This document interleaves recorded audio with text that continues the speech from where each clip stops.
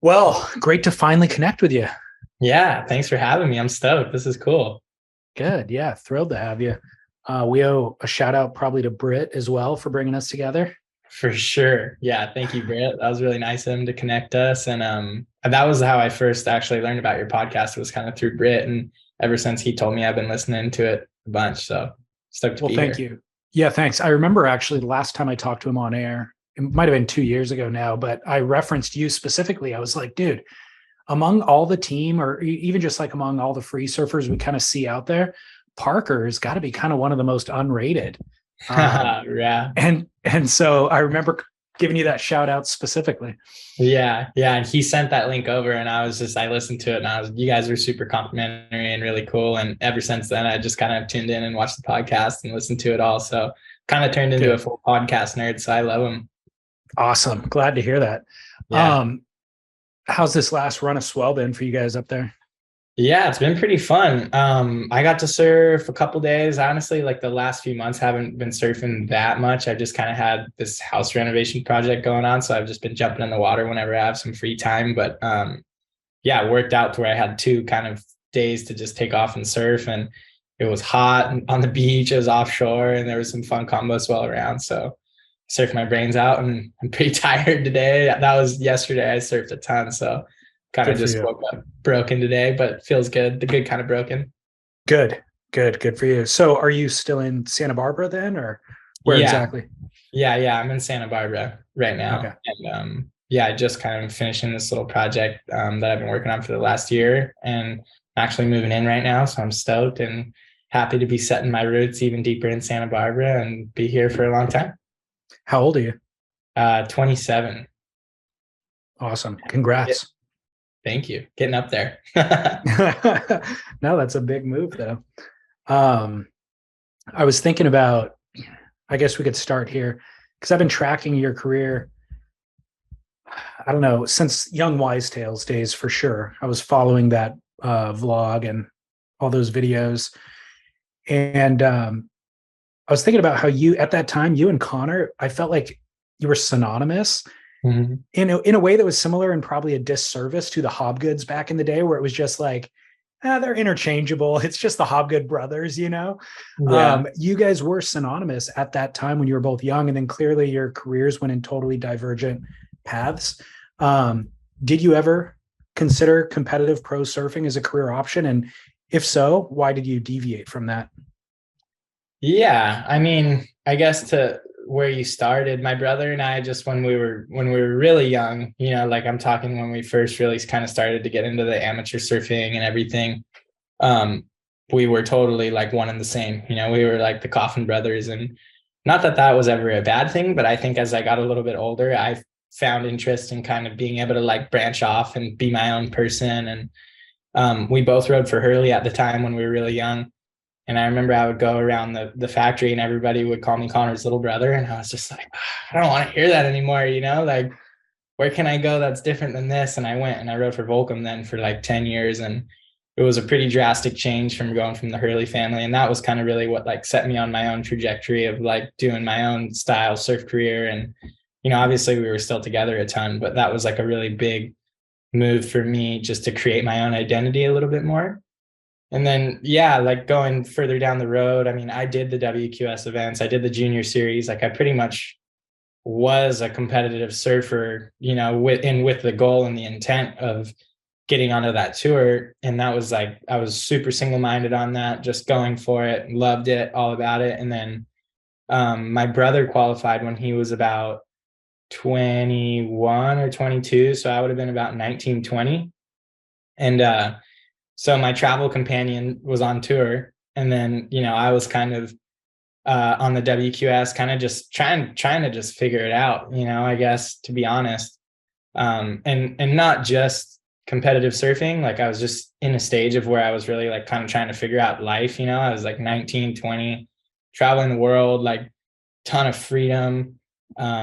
The industry was doing super well at the time, and I think I, to be honest, probably got caught up in it a little bit too much. And when I was competing, and I think I was doing like 16 events a year, and then I was riding for Volcom, and they had like a pretty like heavy travel schedule as far as doing stuff for the brand, film trips, magazine trips, whatever it was. So I was ended up being gone like 10 or 11 months out of the year, it felt like. And I sustained that pace for probably like 4 or 5 years. And then I really just kind of got burned on it. And I just like the travel got to me. The first round loss after first round loss got to me. And then I kind of went through this phase where I lost all my sponsors too. And so that kind of just put me into like a rebuilding headspace where I kind of had to just sit there and rethink about how I wanted to do things and what I guess my strengths were and how I could capitalize on them. And then that was kind of when the free surf thing started to come into my mind, like maybe this isn't what I should be doing with my time and effort. Maybe there's a way that I could kind of like pivot from this trajectory, still try to be a pro surfer, but find my own little niche. And right then it was kind of like the stars aligned and Logan Dooling gave me a part in the Snap movie. And then I started writing for Rourke and then I got a cover. And so it was kind of like this universal momentum once I decided to shift away from the events where I could just feel it. Like I could feel momentum and I could feel all this kind of good, I don't know, just good things coming into my life, I guess. And then since then, I've just kind of tried to build off of it. And that's why I am where I am. It's not that I don't enjoy competitive surfing. It just, for me at that point in time, wasn't fulfilling like that feel good part of surfing. And I've pivoted and now I'm having success in it and I really enjoy it. I think I probably get to surf more than I was when I was competing. And also, I guess just selfishly have more time to try to get better. And that's really like probably my favorite part about being a free surfer now. What year did you lose all those sponsors? Let's see. I think it was actually on my 21st birthday was when I got the call. Yeah. Did they know that it was your birthday? No, I don't think so.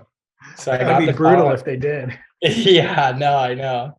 So yeah, that was like the major one was on my 21st birthday. And then like that was in September. My birthday's on September 26th. Okay. And then throughout the end of the year into January, it was just like, oh, another one dropped off. Oh, another one dropped off. And then before I realized it, I was like, holy shit, I don't have any sponsors really. But the ones that stuck by my side, were great. And like, were really there for me to just tell me like, hey man, like we're here. It's all good. Like find your feet, do this again. And so shout out to all the people that were there to kind of help me through that patch. But yeah, like 2015-ish maybe? Yeah, it would have been, trying to think, a little bit later maybe. Would have been, okay. Yeah, like around, trying to think, yeah, 2016, 2017 kind of. Okay. Is there anything that you would have done differently in that first trajectory of your career? Would you have not chased the QS as much, or is there any, because you mentioned at one point, like, it almost seemed like there was a lack of awareness maybe that there was an alternative to the competitive thing, or did you actually have a desire to actually win a world championship at some point? I think, I don't know if I wouldn't go back and change anything. I don't think. Okay. The deal that I guess potentially the only thing that I would have liked to change is that I would have probably taken a little bit more of a break to just go travel and do my thing and get better, because I was pretty good, but I wasn't amazing. And I was also pretty good at competing, but I wasn't amazing kind of thing, like I'd had success and stuff, but I just felt like at that time when I was on the QS, there was guys like Kolohe, there was guys like Philippe, there was these really young guys, Gabriel, the Johns, that were getting on tour when they're like under 20. And all of a sudden, for me being the generation after that, it kind of set the standard of like, oh yeah, like you're just going to waltz onto the tour when you're 18 or 19. And, maybe those guys could because they were so talented. You couldn't deny their talent. And then, their competitive savviness just like bloomed as they were trying to get on there. And I felt like for me, maybe I'm like a little bit of a slower learner. And like I even said, just needed some time to kind of like grow up as an individual before like just going straight into that, So I guess that's my one thing that if I were to think back and just be able to perfectly set it all up. I would have had a couple years there to just kind of like go off film, get way better at surfing, take a little break from like the competitive, just chasing that next result and like that higher ranking, and just kind of like reassess, and then, go back into it when I was really confident feeling. That's good advice. You keep mentioning working on your surfing or getting better at surfing. How does one get better at surfing? Man, $1 question. What do you do? I think there's so many ways you could get better at surfing. And I think it kind of just comes down to your mindset, like if you're really genuinely excited about trying to get better at surfing, you kind of like view the world through this lens of like, how can you tie it back into surfing? And that's where I find myself now, where it's like, you can do, there's a million things that, honestly, like surfing is the best way. If you can have a lot of time in the water, then I feel like that's probably your best way. And then, you need the footage to be able to kind of see what then you think you're doing right and what you think you're doing wrong. And then once you kind of pick up on those bad habits and stuff like that, then it comes into like the changing mindset, like, okay, how do I change these things? And a lot of those things, it's so deeply rooted. It's like habitual for us to move certain ways. So, Gur's wave key is a major asset for me personally. Like I've done it since I first met him when I was like 13. And also just kind of trying to get your body to like be in balance. So like I work out, and I think it helps me surf better because I'm just balancing out different parts of my body so it moves more efficiently. And then, watching surf movies, like as silly as that sounds, like I think just being a student of surfing and watching as much good surfing that you can possibly get your hands on will always help you. And then also it'll kind of stimulate like that thought train of like, oh, what do I want to surf like? You have to kind of visualize in your mind, like, oh, how do I, what is your own personal interpretation of good surfing? And how can you kind of like bring that to light? And then you just practice. You pick little things and start practicing them in the water, on land, thinking about them, whatever it is, Who's surfing inspires you, or whose surfing do you draw kind of inspiration from? Honestly, I feel like I kind of will get really into one thing about one surfer, and I'll kind of like focus on that for a while. And then, so I guess I have a lot of favorite surfers, but kind of consistently, like my 3 or 4, whatever, top 5 has kind of been Tom Curran, Bobby Martinez, Dane Reynolds, Bruce Irons has pretty much always been a favorite of mine. And then that 5th spot's kind of like wild card, but like kind of got to throw in Aki, I guess. So that's probably my top 5 right there. But then, now there's so many good guys that I love to watch. Like I love watching Ethan Ewing. I love watching Griffin. I love watching Philippe. I watch my brother to try to learn how to carve like him better, so the level is really high. I have a lot of favorite surfers. I was just watching the CI Pro movie that just came out for the new board model.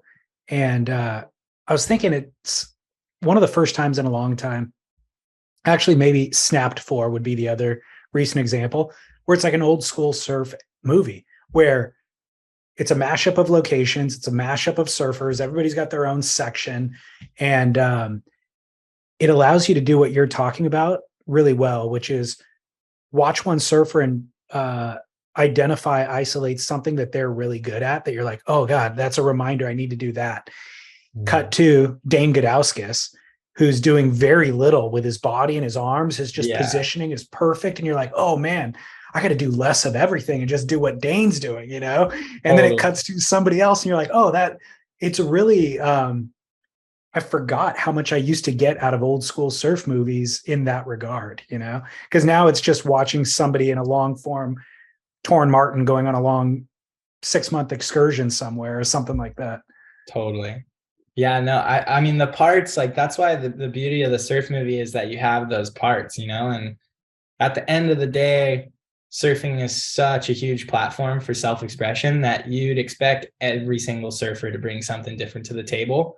And I think that's kind of like the beauty of surfing, is that you just want to like unlock whatever your interpretation is and bring that to the surface. And I think, Dane, like you said, Dane Gudang is like a perfect example in that hi-fi shred edit. He just brings his own whole aesthetic and feel to it, but it's still really high performance. It's just, it's different, like he's standing in the middle of a board that's probably a little bit, I would probably guess a couple inches longer than everybody else is riding in the edit. Looks like it's borderline a step up, but he's just moving in this really unique way. And it's kind of like this beautiful blend of like old school 70s lines with like modern hardcore rail surfing. And he's kind of like owning his uniqueness, I think, right now. And it's really special to see. Like I'm a huge fan of it. Me too. I'm a bigger fan of his now than ever, actually. Yeah, me too. And it's funny. I had to keep checking to make sure he was on the high performance thruster. Like he'd get up and riding and he'd pull into the tube and then he comes out and he's doing a turn and I'd be like, wait, is that the same board? Yeah. And then he like does like a snap at the end of the turn and I go, oh yeah, there it is, But you think that he's riding something lower or like a single fin or something. Yeah, he's just he took that kind of standard baseline of the shortboard and then just totally brought his own flavor to it, and it's awesome to watch. That's actually probably my favorite part of the whole movie. I thought was his part, him or Pat's part. They both really like they both are kind of they're bringing like their best surfing, and I think it's awesome. Like even Tanner too. Like I just hung out with Tanner and I saw some clips of Tanner. Like those three, they found that like kind of constant progression arc where it seems like they're not slowing down in their performance. If anything, like they've kind of freed themselves up to really like get better, and it's fun to see. I think seeing people improve at surfing is like the best thing ever. Well, back to that, you said that you work out. What do you do? What workout? What's your regimen? Honestly, it'll kind of like ebb and flow depending on what's going on, because sometimes I'll be on the road for long periods of time and I'll come home and I'll kind of want to start getting back on the program, but I might just be a little run down feeling kind of thing. And so I'll always start, whenever I start kind of like my workout sessions or whatever, I just kind of start and I do like a 10-minute meditation where I just check in and really try to see how I feel. And then depending on that, like if I'm resting, it'll kind of be more just like movement based, not as much of like hardcore pushing myself to like really sweat and do all that stuff, but just kind of keep a lot of joint mobility. So I'll do these kind of like longer warm-ups and just kind of like movement patterns that, Kid Peligros really helped me over the years kind of find that like functional movement type exercises. And then, so if I'm not kind of like doing that just to like open my hips or whatever, like kind of just feel a little bit more loose and limber, then I kind of try to do these more like high intensity workouts. So it's high intensity interval training. It's called like a HIIT workout. And it's these kind of, you normally set up little like stations and it'll be 4 or 5 different exercises and then 4 or 5 times through. And so it only takes you like 20 or 25 minutes, but you're going all out for that 20 or 25 minutes and you're gassed by the end of it. And I guess you could kind of like compare it to like a boxing workout in a way. So it's like you're just kind of like high reps, but no rest. And then just like getting your heart rate high for that whole session. And then when you're done, you're done. And you can just be gassed and kind of like let yourself lay down for a little bit, So no weight training? When I was younger, I did a lot, like just by the people that I was kind of training with, but kind of decided, and again, like this is just for my body type, like everybody's different and everybody kind of probably needs different things. But my brother and I are kind of these like shorter, dense, nuggety humans, And so for me, like when I was doing a bunch of weight training and stuff like that, I just was getting immobile. Like my mobility wasn't there. And I was getting like really, really strong, but also my weight was getting pretty heavy. Like I put on muscle like that, So it's like for surfing, you need to be strong, but you need to be able to move well. And for me, it just felt like the weight training thing wasn't ideal for my body type. I kind of have to focus more on like to keep things loose and keep things open than I do need to focus on like getting really strong. But then there's like your tall kind of more skinny guys that they totally would benefit from loading some weight up and kind of getting those muscles to fire a little bit more. So it's all just kind of, you know, you kind of just got to listen to it, I guess, and do what you think feels right for you more than anything else. Also, great advice. Um, what was Fat Boy Surf Club? And and was there a flashpoint of change? Was there some inciting incident that changed embracing that versus everything that you're talking about now? Oh man. Well, yeah, like my brother and I mean, I don't know if you've ever seen any photos of my brother when we were younger, but it was funny. Like I was this kind of like scrawny little kid, and my brother was like full little like meatball, you know, he's like a little chunker. And we both like, we've just always loved food since day one. And as we were kind of like going through our teen years and I was riding for Volcom, the staff photographer at the time, his name is Tom Carey, he was just like, you guys are such little fat boys, like whatever, just always calling us fat boys. And then the show came out and they had this, like, I forget what the show is called, but there was this scene called like Fat Boy Surf Camp. And he was just mind blown. He's all, this is you guys. Are you kidding me? And then it just stuck with us for forever. And we definitely like, I mean, it was just like what we were doing. We were just eating good food all over the world or whatever at home. And then I think kind of in that phase when I was stopping the WQS and stuff, and I had a lot more time to kind of be home and dictate my own schedule and like kind of build a program and stick to it for a longer period of time instead of just like traveling and trying to get, you know, stay on the program on the road or whatever. It's just traveling and keeping like a fitness regimen and dietary things. It's really hard for me, at least.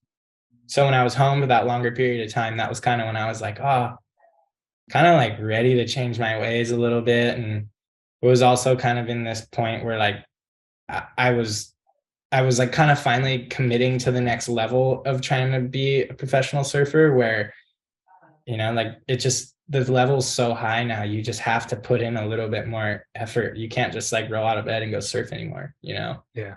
And that was kind of like at that stage where I was starting to become a free surfer was really when I decided to kind of like clean up my act a little bit, start exercising more, start trying to eat a little bit healthier. And then, I mean, just like anything, it ebbs and flows. I still, you know, like I'll go eat shitty for a week and, you know, be blown out or whatever, and then kind of get back on the program. But it's just the mental side of it all really matters for me. Like if I'm being good and healthy and eating good, clean food, my thoughts are better. They're more clear. You know, I'm nicer to myself. I'm not like down and kind of being like, oh, you're being unhealthy. Like, what are you doing or whatever? It's just the thoughts are like on your side more, you know, and it kind of helps you bring your level up, I think, to that extra little, maybe like 1% that helps in everything. So.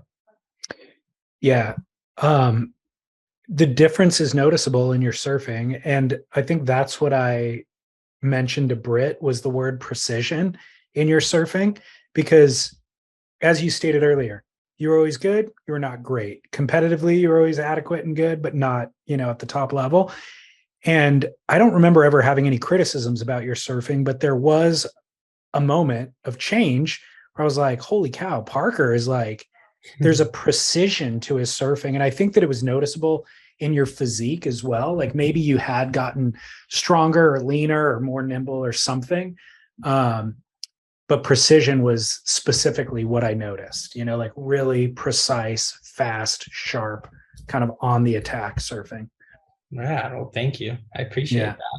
But Yeah, I think, you know, like to, I guess, answer where that comes from, I think it's just, that's like the time that you put in behind the scenes, you know, like doing all these little things that we were talking about. And then also just watching so much footage and really gaining clarity on what I want to surf like. And, you know, precision and kind of like those words that you're using, like I want to be fast, I want to be precise, and I want to look sharp. And those are kind of, you know, like it's a weird thing, but you almost don't really notice those words in people surfing until you like see it. And then you're kind of like, oh yeah, well, that's it. You know, like a Bobby Martinez has those, you know, features in his surfing. Mick Fanning really has those features in his surfing. So I just kind of tried to watch a lot of those people and be like, okay, what is it? You know, and I think for me, I naturally move pretty fast, like my reaction time and stuff, like I move pretty fast. So I kind of tried to do exercises that would like cultivate that and like bring it out even more so. So I do like footwork drills and tons of jump rope and stuff like that and just build on something that I already felt like I naturally have a little bit. But then realizing that the mobility was where I needed to kind of up my game and capitalize on like things being able to twist more than I was able to. And I think kind of that once I figured that that was a priority for me, it really started to help my surfing a lot and bring out like a little bit of a new level that I didn't really know that I had. And now I just like want to keep trying to go down that path, bring more out. Gotcha. I referenced Young Wise Tales earlier. That was so early on in the vlog thing. It might have been the first. Maybe right alongside Dane when he was doing Marine Layer Productions.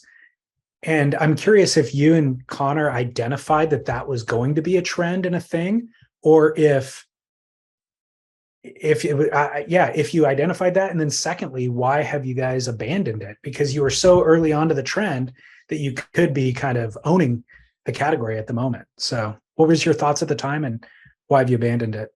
Yeah, we definitely knew that the media was going in that direction. I don't think that we knew it was kind of growing to the beast that it's grown into today, but we did know like, hey, look, like branding and in your own personal marketing and like watching guys like Dane, like you said, with Marine Layer, it was all of a sudden, it was like, oh, we can just do this on our own kind of thing. Like you don't need your company that you ride for to be able to like put it all together for you. You don't need to like wait on their calendar or whatever. Like, let's just start doing it. And we did kind of like use Dane as a little bit of, just like how everybody has, we used him as a model, and we're kind of like, okay, well, he has a filmer. He surfs on a regular basis with a filmer. And then he kind of like uses it as a platform to express who he is at the time. And, we were pretty young and we started filming with Ryan Perry, and it was just like a really good match. He was kind of like my second older brother and was old enough to get us rental cars on the road and stuff like that. So we started working with him, and then, we started making these little web edits. And it was kind of just when like Surfing Magazine and Stab and those guys were starting to look for other content to put on their website. And so we were kind of just right place, right time. And we kind of started feeding into that. And then, we did like your standard web edits for a number of years. And then we kind of transitioned into like doing short films, and we did a number of short films and had big premieres and kind of did that. And then as like the true vlogging came to light more, we tried it for a little bit. We did this thing called the Weekly Tube, and it just felt like the market got so saturated by so many so quickly that it didn't feel right for us, I guess. And it kind of took on this own whole like persona of being a vlogger. And that's great. You just have to be willing to like own that and work in that space with that mentality of like producing content in that way. And Connor was also on tour and going to, basically going for a world title. That's the goal. And he finished top 4 and was just really focused. And then I was kind of off doing a lot of these like road trips and focusing on this snap stuff. And it just kind of, we really kind of separated on our schedules, and it made it hard for us to kind of like feed Young Wise Tales the content that it needed to get. And we still tried for a little while, and it's definitely not like done. We'll still probably release content through the Young Wise Tales YouTube and stuff like that, but just kind of wanted to let the true vloggers vlog. And like, I had these bigger projects that I was holding footage for years, the snap stuff. Like I really tried to just make sure that none of my stuff was seen. And then Connor was doing the tour, and I think now there's like kind of a longing to put more back on that platform. And so I wouldn't be surprised if like this next year or 2 years, we really kind of give it like a facelift and like a new fresh feel and start putting out some more content through that channel. You're right. Vlogging has kind of taken on a different meaning, I guess, like selfie mode, diary kind of confessional type things. It's not just putting out content regularly. There's kind of that, I don't know, the selfie mode aspect to it now, which it didn't always have. So that is a totally different thing. That requires a unique type of human being to be willing to do that, share their life on camera that way, and also maintenance the type of production schedule that your YouTube fans want, 2 videos a week or whatever it is. And that's the thing. It felt like the demand to just put content out got so high that maybe the quality started to lack.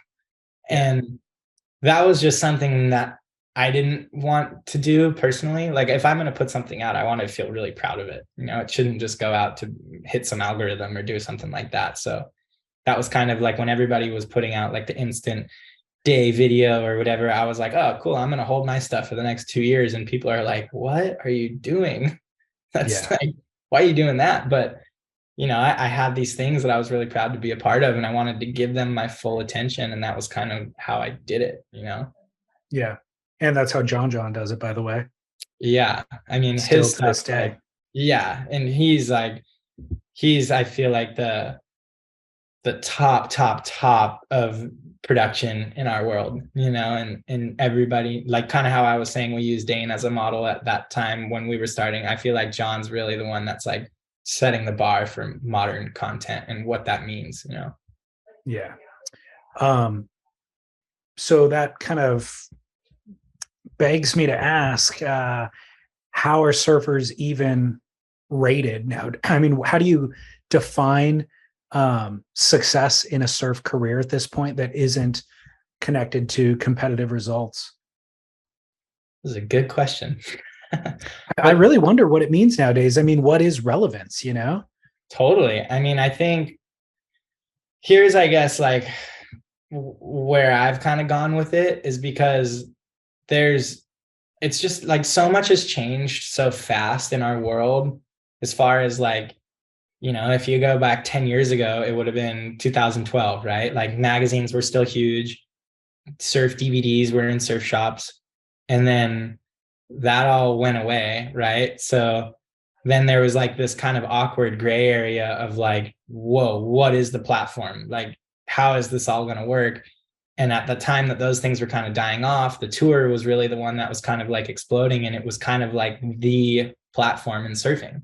Was the only option was to be on the tour. There wasn't anything else out there for the other surfers, outside of that major platform. But and then like the industry really had like a lot of changing, I felt like, and obviously like recessions happen and whatever, sales, blah, blah, blah, blah, blah.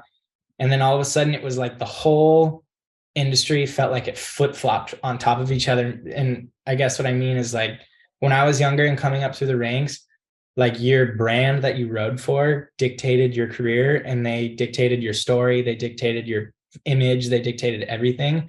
And so it was really like the brands marketing the athletes.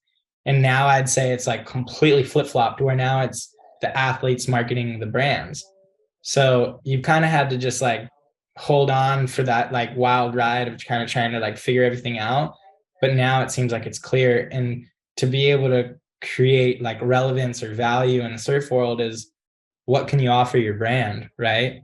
And that's like where I guess my thought process between like or behind my career, where it goes now, is just like, hey, these guys, they need content, they need stuff to be able to feed this psycho content machine. And so my point of relevance is just like, you can always call me and I'm going to have a hard drive coming your way with footage, whether you need it for a marketing campaign, you need it for an Instagram post, you need product shot. Like, so I think for me, that's like where I've kind of found my niche, is just that I'm like there, I'm accessible. And if you need something, I got it. And that's kind of what I'm trying to do for my sponsors nowadays. So like CI, for example, they'll be like, hey, Parker, we're coming out with like the twin pin or something. Can you go get us some footage for a marketing campaign? And like my relevance is that I can go, yep, sweet, give me the board. I'll go on a trip. I'll come home with 5 minutes of footage and you can do with it whatever you please. And that's how they see me as an asset, I guess. But it's not an easy thing to figure out. And I think that's probably why more people go towards the tour route, is because the steps are really defined and the schedule's there. So like you're doing things that are like clearly slated in front of you. Where the free surf thing is, you just have to get a little bit more creative and you have to be able to do it a little bit more, on your own, I guess. Yeah. It's both. There's never been kind of a more confusing time, but there's also never been a better time to Totally. be a professional free surfer, because you really can write your own ticket. There was a point in time where it was a total viable, career option, let's say in the 90s through the early 2000s before the recession. It was a totally viable career option, but even then there was steps that you had to follow in order to do that successfully, because all the media was filtered through 3 or 4 magazines. For sure. Now you can you can create your own path, but you really have to have a engine and a lot of ambition to do that, and a lot of creativity and follow through and all that. I'm curious, what does Rourke expect of you? Is there anything in the contract in terms of number of trips that you have to go on, number of Instagram followers that you have to have, anything like that? Whereas in the past, it used to be a certain number of photos in the magazine, maybe a cover shot. What does it look like now? What are their expectations? I would say, like, first and foremost, their expectations are for me to be on those trips that they do, because that's how they base their whole marketing campaigns. That's how they just kind of set up the whole brand, is off of these major trips that they do. And so that can kind of range anywhere from, like, I would want to say like 2 to 6 trips a year. And 2 are for sure like their major campaign shoots, like kind of more almost like catalog-y style and that's like guaranteed have to be on those. But they've done a really good job about being able to like bring the whole crew, get the campaign stuff, get the catalog stuff, and then being able to like nail these, we just did New Zealand, for example. We scored waves, we rode moto, like climbed. And so I really need to be a part of those trips. And then they might do like an offshoot, just like, hey, we got the guys together to go on a quick little surf trip for a couple days. Like, can you go? So I'll do like a couple random ones like that. But as far as like obligations outside of those trips, it's pretty lenient. Like, I have to go make some appearances at store openings or movie premieres and stuff like that. But I feel really lucky because they're kind of just like, hey man, as long as you do this with us, like, you go do your surf stuff however you want to do it, and like, have at it. And Good. so for me, I'm kind of just like, I have my Rourke stuff, and then I kind of have like, more of like my core surf stuff that I'm more putting together, and I'm like orchestrating trips and trying to get filmers and photographers on. And then that'll kind of like feed my content machine for whatever that's like, if it's the Snap stuff, if it's going to a YouTube edit, or if it's going to Instagram stuff. And I just did one of those trips this summer to Indo with Noah Hill and Oscar Langburn.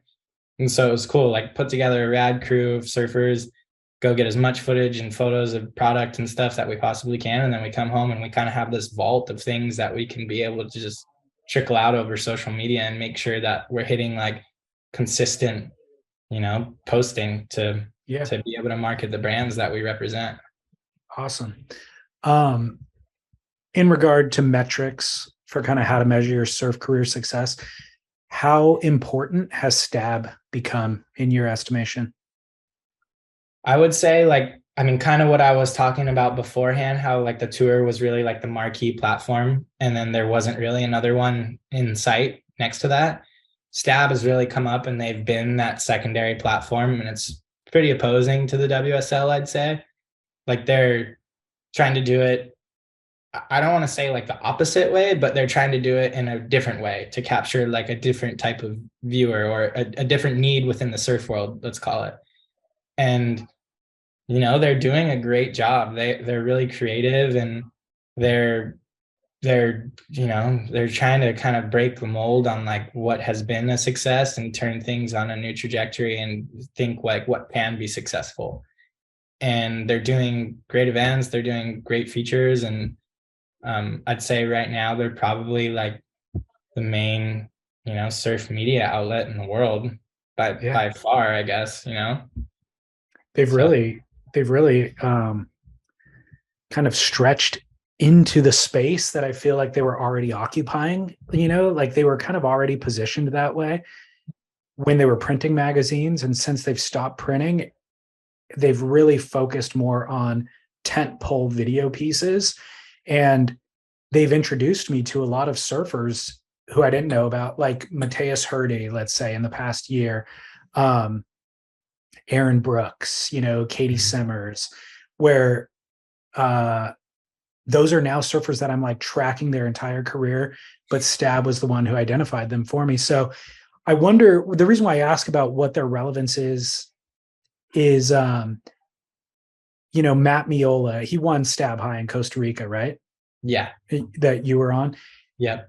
I don't think that really affected his career. Like, I don't think that his career is any different from winning that, but there are a bunch of people who participated in that who I now have an awareness of. So I'm not sure where the relevancy for someone's career really lands, but I think they are doing great work. And I think that they are certainly introducing careers. Yeah. I mean, it's an interesting thing to think about for sure. But like you said, I think that those guys are really in a position to where their fingers on the pulse, and they're all avid surfers. They all surf on a regular basis. They're all fans of the surf industry and the surf world. So they're just in it. And by just being in it, they are seeing these new generation of kids popping up, and they're being able to pluck like, oh, this person has something special. Let's do stuff with them. Or like, Yeah. oh, this person seems like they're great and easy to be around and talented. Like, why don't we give him a shot at this kind of platform? Like what you're saying, they're being really inclusive instead of exclusive. And I think overall that's a beautiful thing in our world, because it's getting people to have new fans and followers and whatever. And the surfers need it, but so do the viewers. So it's it's a good blend of what they're doing for surfers and then the viewers. How was your experience at Stab High? I thought it was pretty insane. I had a lot of fun, and for me, it's interesting because I wouldn't probably classify myself as like just like an aerialist. Right. I can do airs, and like I'll do a big one every once in a while. But for me to like be just a part of the free surf and around like the energy that these guys were bringing to every single session and every single section that they were hitting was pretty inspiring. And I think that's probably the one thing that I miss most about not competing, is being around like the highest of caliber of surfing. And Stab High was a pretty awesome environment, and it was really encouraging, which was pretty refreshing. Like if you went and did something, people were pumped for you when you came in. It was just like a really good vibe, but and like I guess like a progressive environment, which I Yeah. thought was really, really fun to be a part of. Yeah, that came through in the video edits. It seemed like great Mhm. energy. Yeah, just camaraderie, it's good. Like anytime you get a bunch of like-minded surfers in one place and feed them beer and fun waves, it'll be pretty fun. Everybody's gonna walk away having a pretty good time. Yeah, it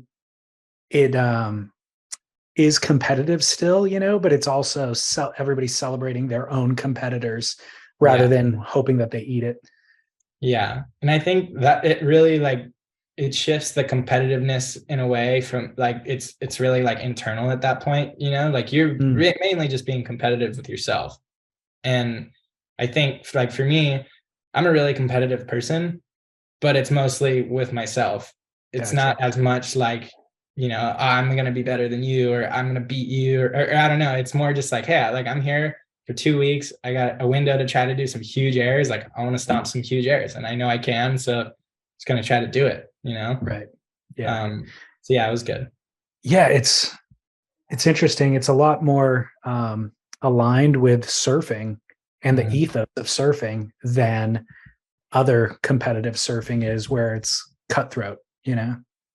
And I think both can exist. That's the beauty of it. There doesn't have to be just be one or just the other. It's like, there can be different platforms for different people to kind of gravitate towards. And I'm happy that I'm growing up in this generation where it's kind of like the new, like stuff's kind of getting figured out. And I feel like this generation kind of following us will hopefully have multiple different avenues that they can explore within the world of professional surfing and find what fits with them, and then go at it 100% and hopefully have a surf career. Because at the end of the day, it's like it's not going to last forever, but what we get to do is an incredible journey. And I hope Yeah. like more kids get to just experience it and live life and have fun, and mostly just have something that they can be passionate about and just like get into it, because I feel like today's day and age, as long as you have something that you can be really passionate about and there's like a roadmap to potentially make it a job, then it's pretty epic.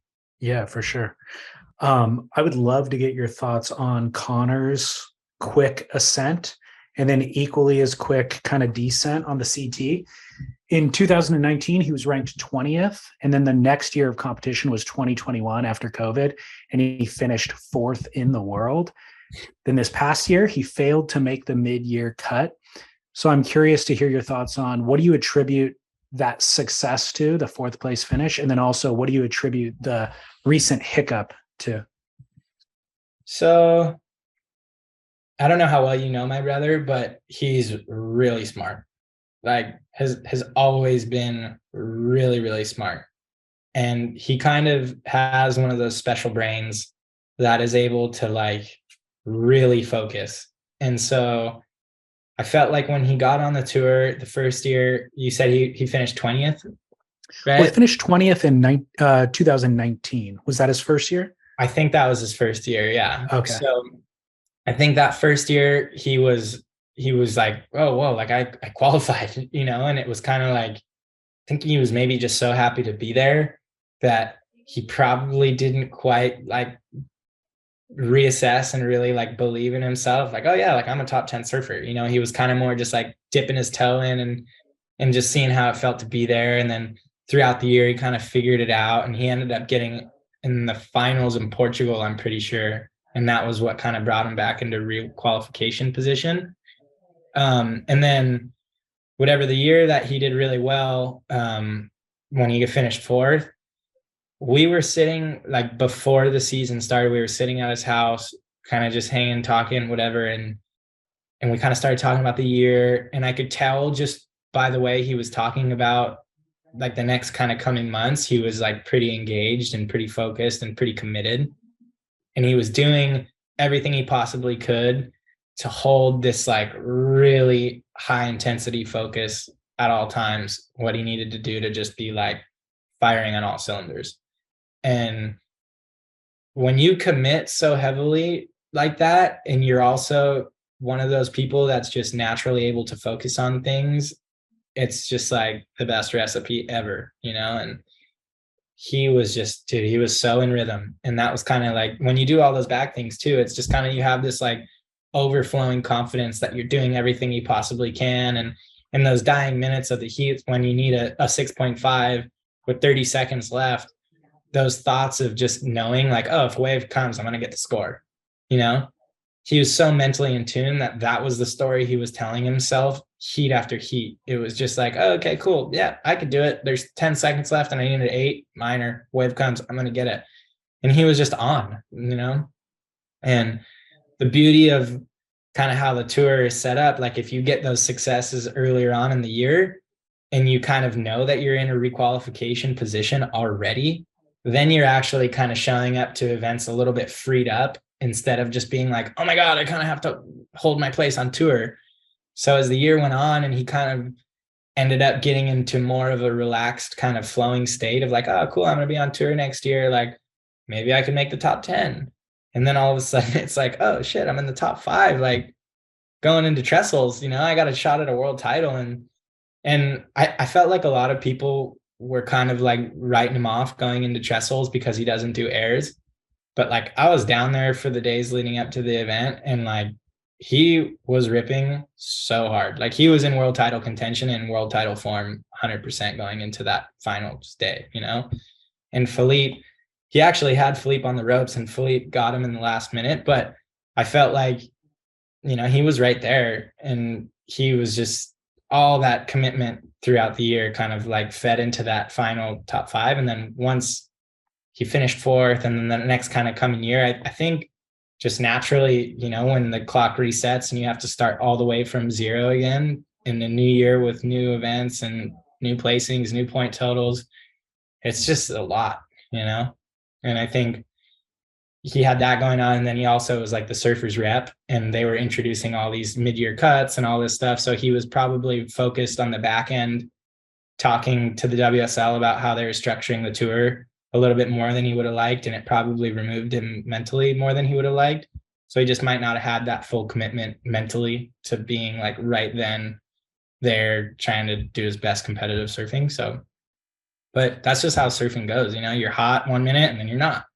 And then you can find yourself back on tour and hot again, going for a world title again. So it's just how it goes. Is he disillusioned at all by competitive surfing because of not requalifying, or is he gung-ho to kind of get back on? You know, it's hard to speak for him. I think like when we've been hanging out, we've kind of just been enjoying hanging out and not even really like talking about it so much kind of thing. We're just happy to, you know, go surf together and just laugh and have fun. I think he showed up at Snapper and he got a 5th. So he's known this whole time, like, oh yeah, if you know, I can get results. But the QS is hard, and like you go to these events and the waves are tricky, and it's not like he's really done a bad job at any of the events, but he's just lost kind of. And I think that he's got Brazil and then Haleiwa, right? Those are the last 2 events. And I would expect, you know, I just kind of can tell now, like he's pretty engaged and he's pretty switched on coming into the back, you know, those last 2 events. And they're actually both events he could do really well in. So I think right now he's feeling pretty gung-ho. And I think if he got back on tour, he'd be able to click back into that pretty heavily focused mentality. And if he didn't, he could just have a little bit of time to kind of reassess and see what he wants to do moving forward. But haven't really talked to him a whole lot about it, to be completely honest. I've kind of just been brotherly support. Like, hey, if you want to talk about it, I'm here. If you don't want to talk about it and you want to talk about fishing, whatever, like I'm here too, you know? Or we can revamp Young Wise Tales. Yeah, exactly. That's what That's I was option 3. I'm like, well, if you're not on tour, you know, we could probably do some more surf trips together. That'd be pretty cool. Yeah. Were you disappointed to not receive an invite to the Vans Pipe Masters this year, considering that you were the winning team at the Dahui Backdoor Shootout? Oh man, like if I got invited, I would be like the most excited person ever. But there's so many talented pipeline surfers in the world, and there's so many of them from Hawaii that aren't in the event, you know. And I think for me, I'm like totally okay to not be in the contest and just be a spectator and watch it all unfold. And I mean, any chance you'd ever get to surf pipeline with no one out is the dream as a surfer. So I wish I could participate in that sense. But I think that there's a long list of people that would probably deserve to be in that thing ahead of me. So I'm not too bummed, I guess, to answer your question. It's rad. It's a rad event. I'm thrilled to see. I agree with you. There's a ton of names that aren't. Is Benji Brand, was he invited? I'm not sure, but like I saw, like, you know, Josh Moniz is like one of the most winning pipeline surfers of my generation for sure. And like, he's not in. I mean, yeah, Benji Brand's not in. I don't think the McNamara brothers are in. Like there's the longest list of people that could be in the event that aren't in the event. So anytime you put a limit to only 40 surfers, it's really hard to come out like, you know, looking like you're not going to get everybody, I guess is what I'm trying to say. And it's kind of a hard one, and you're definitely going to piss people off and hurt feelings, I guess, by just having an invite only event. But I think Vans did a really good job. Like when I look at the list, I think there's like a lot of surfers in that I would love to watch surf pipeline. And there's also a lot of surfers that I would love to see pipeline that aren't on that list. So yeah. And you'll still see them at pipeline this year, just not in a contest. But I agree with you. And I'm excited to see another event at Pipe, essentially. And I'm glad to see them kind of shake up the format and, you know, have all these invitees that we don't normally get to see compete at Pipe. So I'm excited for the event. I think it's cool. Yeah, couldn't agree more. And it's an exciting new format. And I think that's kind of what our world needs. You know, it needs a little bit of new and fresh, and, you know, just kind of see where it can improve. And the only way to do that is by trying to do something different. And so kudos to Vans for, I guess, taking the step outside the box and going for it, because I think it's going to be really exciting as a surf fan. For sure. without the limitations of all the bureaucratic red tape of running an entire tour around the world. Just being able to kind of focus on one venue and build an event for that, I think opens up a lot of opportunity for them. When I had that last podcast conversation with Britt Merrick, one of the things he said in response to me talking about your surfing was that you are among the most astute surfers that he's ever worked with in regard to providing feedback about board design. So can you tell me about that? What is your interest in board design? How dialed in are you? And what is that relationship like with Britt?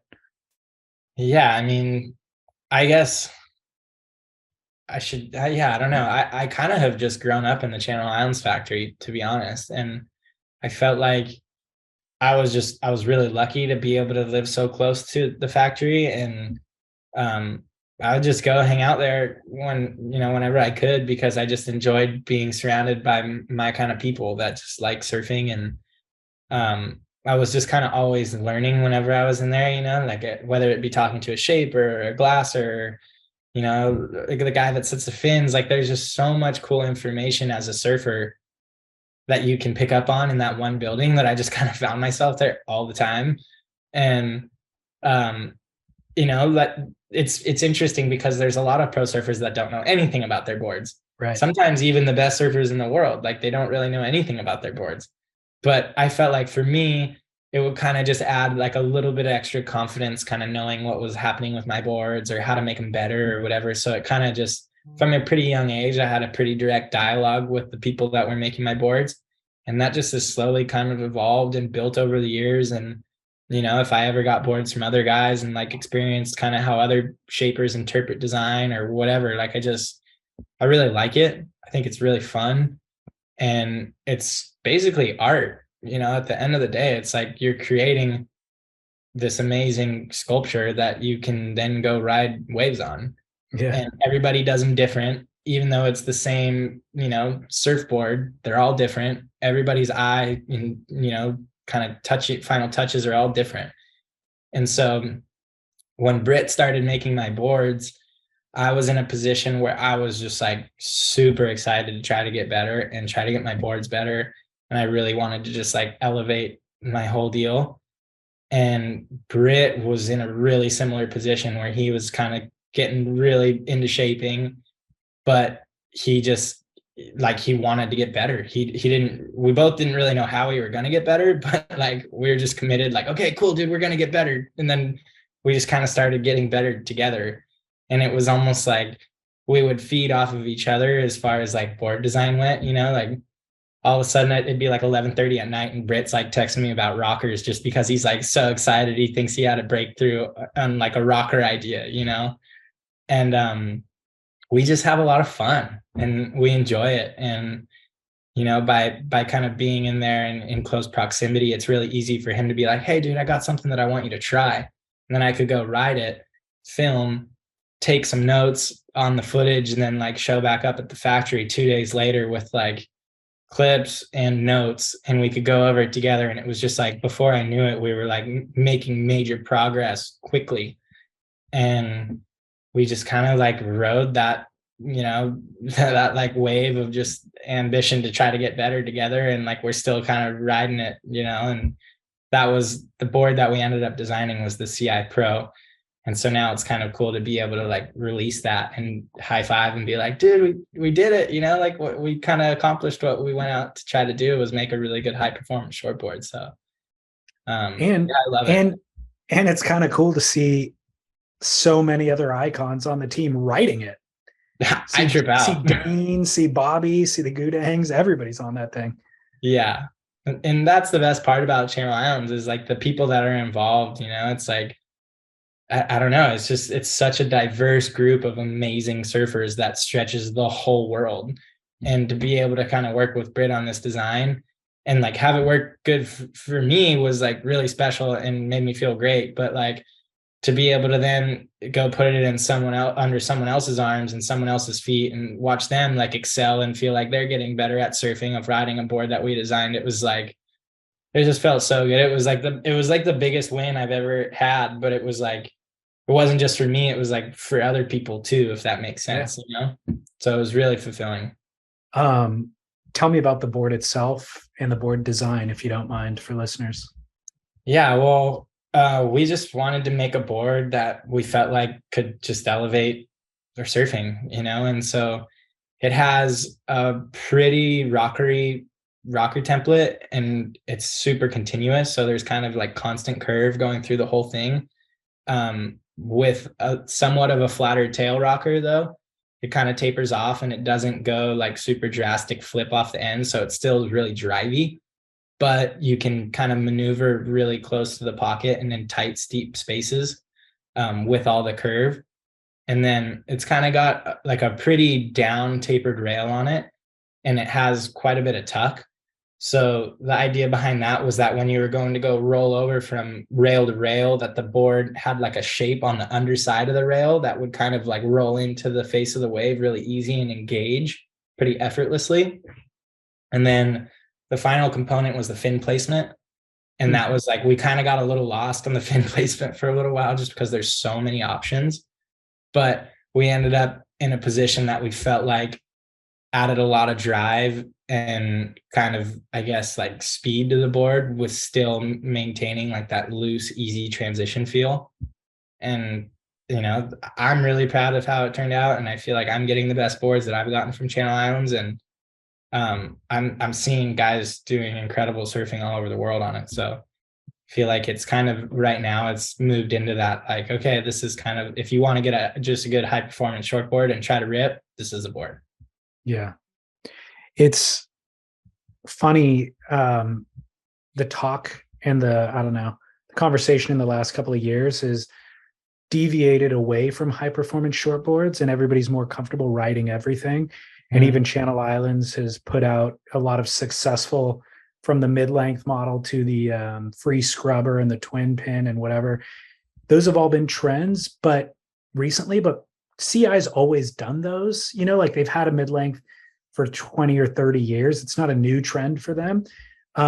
It's a trend in the marketplace that they're benefiting from, and they've designed a new board that kind of supplies that trend. But equally, they've always made the pointy high performance thruster as well. And it just hasn't been a part of the public conversation. And I feel like they have fewer team riders on tour now than ever before. But still, look at what Joao Chianca is doing on the boards. And I think Jackson Baker's on the team too. There are still examples of the pointy thruster being ridden to great success on tour, Totally. And I think, with the like I whatever you want to call them, alternative boards, like, the twin pins or the bobby quads or fish beards, those are actually performance enhancing in the right conditions. And so there's a time and a place that you could bring those boards out and unlock new parts of your surfing that will let you do things that you can't do on a regular thruster. However, there's the regular thruster with, rocker or whatever, that's going to allow you to really kind of take lines that you can't take on those alternative boards when the waves are well suited for that type of board. So it's kind of this like game that you're always kind of constantly playing of like trying to pick the board that is going to bring the most out of your surfing. And I think people enjoy like just, something kind of different and fun and skatey when the waves are small. So it's been great for the market to have like other options than just that high performance shortboard.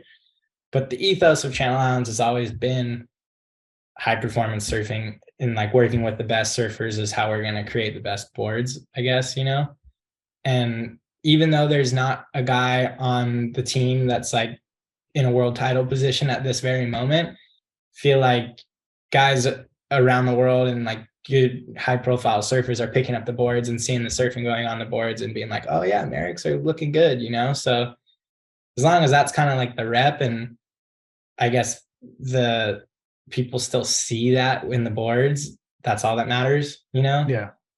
Not to say that I don't think one of those guys on the team can make a major jump and be like in that conversation or winning events or something like that. Like Joao Chianca's a freak, man. Like that guy, he gets back on tour, like he's deadly.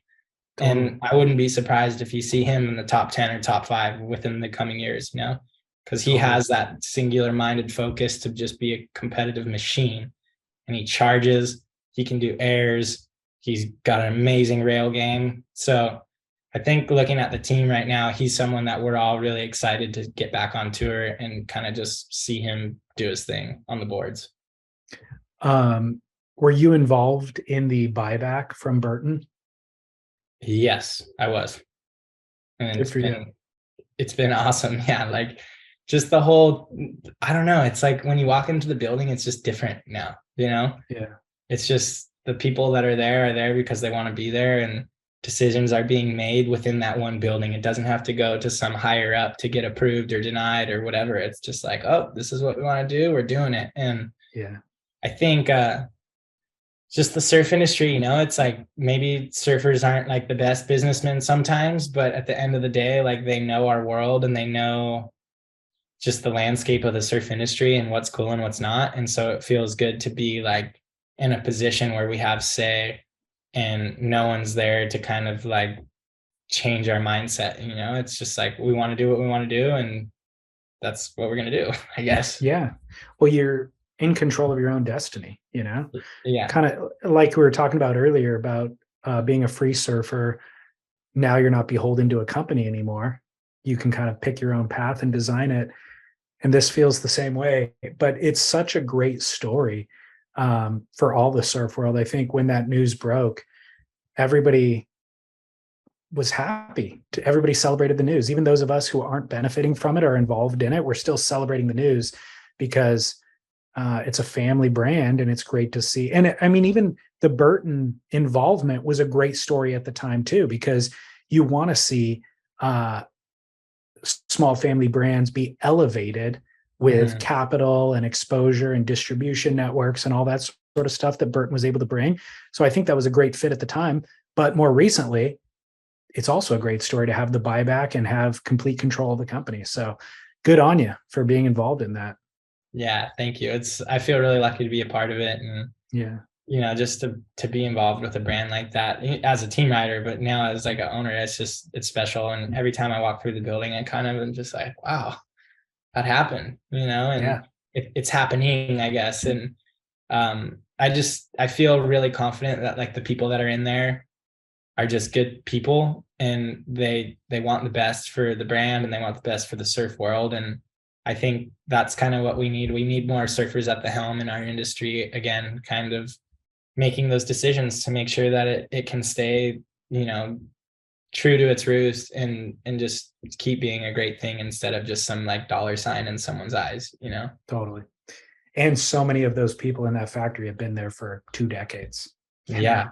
It's crazy. Like you stop and you hear some of the employee stories, how long they've been there. It's impressive and it's special though. And that's why like when you ride for a brand like that, it has a deeper meaning to it. You know, you're a part of a lot at that point. You know, people have been around and done a lot for the brand and seen a lot of the surf industry, and they just have this, you know, kind of wisdom of the surf world. And it's great to be around and good to have people like that close by for sure. I'm curious what your travel for this next year looks like. Do you have anything on the books? Yeah, so I definitely have like a couple of places that I'm pretty excited to try to film for some upcoming film projects and stuff. I'm going to Japan here in a couple of weeks with Rourke to go do like one of their bigger kind of campaign trips. That'll be really fun. And then I'm going to try to be home in California a little bit more through the winter, just because these last few years I've been actually for a long time now, I've kind of just been posted up in Hawaii and doing that. But I kind of have some things that I kind of want to stay close to home for a little bit. And then I'll probably try to hit Hawaii a little bit more later in the year. Just because I don't have to like follow the contest schedule as much. And so I can kind of pick and choose when I can go over there. But I really want to get back over to Australia. I think for me, that's like pretty high on the list of places to go, just because surfing's such a great thing there. It's like seen as just, you know, it's like the country sport, I guess, you know, and there's a lot of resources and good people to kind of be around over there to surf with. And ultimately, I feel like that trip is a way to get better. And so I'm excited to go to Oz and kind of do that whole deal and just try to surf with good surfers, film, you know, work on some boards with the CI Australia guys and just kind of put some time in over there, because since COVID happened, I haven't gone, but I miss it a lot. Yeah. So in terms of the strategy for managing your own career on each of those trips, do you bring a filmer with you? Do you bring a photographer with you? How do the logistics work for that? Yeah, so most of the trips I go on, normally I try to work with one other surfer just so I can split the cost a little bit, and that kind of goes from top down, like cost of place that you're staying, your rental house or whatever, the filmer, food, gas, whatever it is. Like, I always kind of like to have one other surfer. And then for sure a filmer, just so, now video is so, it's just like kind of everything revolves around video. It's weird how now it's a little bit less photo, a little bit more video. And then I can watch the footage and get, super into watching surf technique stuff and take notes and try to get better off the footage. So that's definitely the main priority, is to have a good filmer kind of at all times on all the trips. Gotcha. Probably goes without needing to be said, but during this last run of Swell, what was the last surfboard that you rode? The last board that I rode was a 5'9", 18 3/4, 2 3/8 CI Pro with a slightly different fin setting, which I like. Oh, really? Yeah. We're still going back and forth on the fin thing a little bit, just to try to maximize it, because I feel like the fin thing is, there's just so many options. It's hard to really just like pick one. So we're still just kind of messing around with the fins, but this last one was pretty good, so might stay around. And you're talking about the fin placement, not the fin itself. Yeah, that's so fin placement. Yeah, because for me, I already get kind of like lost with all the board design features. And if I have like another set of fins to throw into the mix, then I'll just like really get lost. So I pretty much use one fin template. And even I actually try to use one set of fins. So like, even if it's the same template, but a different set, like if I find a set that I really like, I'll just keep using the same set so I could really tell the difference in the board. And then every once in a while, I'll sprinkle in like a different fin just to like make it feel different and fun, I guess. But yeah, mostly just like the actual placement where the guys, routing out the fin boxes and putting them in, and the angles that they're set at and stuff like that. Gotcha. Is that board already on retail shelves? I think, yeah, I'm pretty sure I think it just launched like a week ago or something like that. Yeah. I saw the video officially launched a week ago, so I presumed the board was out there in shops, but I wasn't exactly sure. Yeah, no, I think it's out there now, which is cool because I can go pick up one at a surf shop if I need to. There you go. Yeah. Awesome. Well, I appreciate you taking this time. It's been great officially connecting with you. Yeah, thanks so much for having me. It's super cool to be featured. Like I said, I listen to it all the time, so I'll be cringing listening to my own voice, but honored to be a part of it. It took me years to get comfortable with that one part of it. Gosh, what's up with that? Everybody feels the same though, so at least it's universal. I know. Yeah. All right, right on. Well, thanks so much, Parker. Cool. Yeah, thank you so much. Appreciate it.